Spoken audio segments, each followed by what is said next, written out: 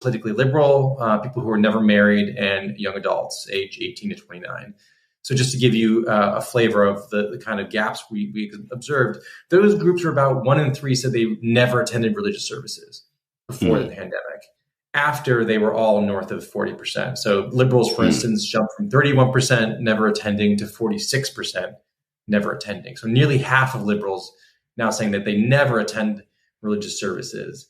And then conservatives saw a much smaller increase, moving from 14 to 20%. So the gap, the religious gap between liberals and conservatives grew pretty significantly over the course of the pandemic. And that's exactly what we're kind of observing writ large in American society, that we're seeing not just politics, but a number of different ways. We're becoming a religiously polarized society where we have very religious people and very secular people. And the sort of people in the middle, that group's shrinking. And what are the implications of all of that? Because I think growing up, I grew up in Michigan, and the person that represented where I'm from in Flint and kind of that area was a pro-life Democrat, and very Catholic. And that used to be very much a staple within the Democratic Party. There aren't that many pro-life Democrats anymore. What are the implications when you have such a polarization where you have people who might be regular church attenders and people who aren't, and that then also is kind of factored into the parties? How does that work, or does it work? It doesn't work well. I think there's some things that we know from social science, that when you primarily engage with and interact with people whose backgrounds or politics or religious beliefs are identical or very similar to your own, it can give you kind of a skewed view of the world. It can increase hostility to outgroups.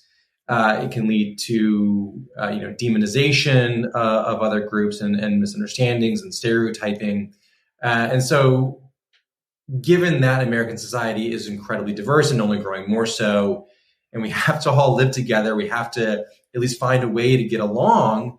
That kind of interaction across boundaries of race and religion and politics it has always been important and will continue to be, but increasingly we're seeing a kind of cohesion along multiple different types of characteristics. So if you're liberal, you are a Democrat, you are not religious, you are college educated, these things are kind of moving together. And on the other side, so if you're a Republican, you're more likely to be a Christian, a conservative Christian at that, more likely to be, less likely to be college educated now. So we're seeing, society-wide, this Liliana Mason, a political scientist at the University of Maryland, describes it kind of as a stacking of identities into kind of a super identity. And it's really making compromise and consensus much more difficult to achieve. And there's something else I'll mention too.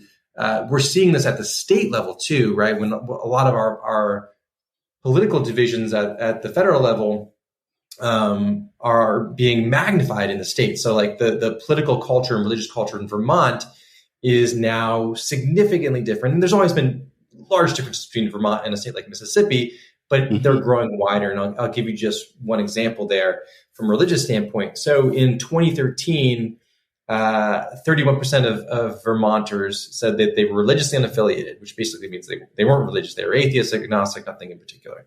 And among residents of Mississippi, it was only 12%. So, a little less than a 20-point gap. If you fast forward to 2021, now close to half of Vermonters are unaffiliated or not religious, 45%, whereas Mississippi barely budged. Only 14% are unaffiliated. So Mississippi hasn't really changed. Vermont has become much more secular, and it's reflected in the approach these two states are taking on a whole variety of issues, whether it's religious liberty or abortion, contraception, or LGBTQ rights. In 2016, Mississippi passed the Religious Freedom Law, that would, among other things, protect state employees who refuse to license marriages, and religious organizations who fire or discipline employees, and individuals who decide to provide counseling or medical services based on those oppositions. And so that's moving in one direction. And in the other way, Vermont's moving in a much more progressive and secular direction. Last fall, it became the first state to pass a constitutional amendment guaranteeing the right of abortion and contraception. So, that's not all due to the changing religious demography, but it's playing a role. And I think there's something, to be concerned about when you just cross over a state line. The politics and the culture changes so dramatically. And I think we're kind of seeing that at the state level. It'll be really interesting. We're seeing it in abortion policy as well. Mm-hmm. Blue states are moving in one direction and red states are moving in another. One thing that I have been interested in, and I'm gay and also married, and I've also been fascinated though and this probably makes me a unicorn because of course I'm also someone that believes in religious liberty, and have been fascinated over the years of things like what has been called the Utah Compromise, and that was a case where LGBTQ groups and evangelical and Mormon groups got together and were able to basically hammer out a compromise. Are we going to see less of that in the future? And we also kind of saw that happen a little bit with, I believe it was the Respect for Marriage Act that just passed back in November. With this more kind of polarization, are we just going to see less interest in trying to compromise and try to come together, or at least try to find a way of respecting the diversity that we have as a nation in all of its different forms?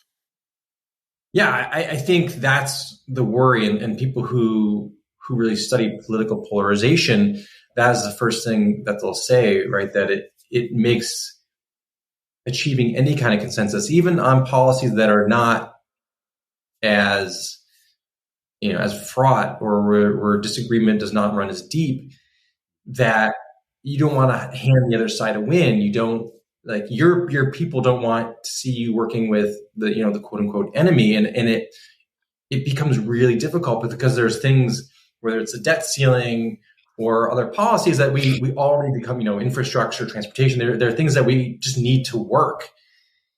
And if we can't bring the two sides together and hammer out some compromises, then it becomes really, really difficult. And I think that's kind of where we are nationally. And one thing that I think is really interesting too, when you think about the religious dimension of all this, there was a time that a lot of sociologists and religion scholars really viewed people who were not religious or secular as kind of, they're apathetic, or they're quote unquote unattached believers, but people who still remain spiritual, who had some connection to religion.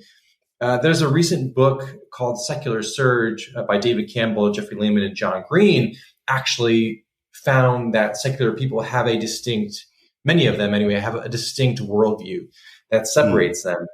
And in my work, one of the things that has been really notable is that secular people are increasingly congregating, meeting, befriending, and even marrying people who are also secular. So even without the infrastructure to support their secular beliefs or secular worldview, we're seeing a kind of religious segregation where secular people are being and maintaining close connections with people who share their religious beliefs or worldview, and religious people doing the same. And again, the problem there is it becomes very easy to become kind of trapped by that worldview, and you kind of build up walls and then not allow anything else to get through.